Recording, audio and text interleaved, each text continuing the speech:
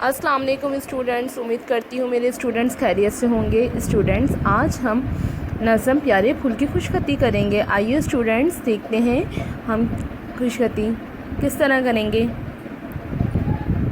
Students, ये आपकी खुशखती है, ये आपको कॉपी में करनी है। ठीक है स्टूडेंट्स, पहले आपको नज़म प्यारे फूल का टाइटल पेज बनाना है, उसके बाद ये खुशखती आपने कॉपी में करनी है, अपनी क्लास कॉपी में। और स्टूडेंट्स, ये आपका एक खाका मुकम्मल कीजिए और रंग भरिए। स्टूडेंट, ये सफ़ा नंबर 18 पे है आपकी बुक में। स्टूडेंट्स, आपको ये मुकम्मल करना है। ठीक है, उम्मीद करते हैं आपको समझ में आया होगा। अल्लाह हाफ़िज़।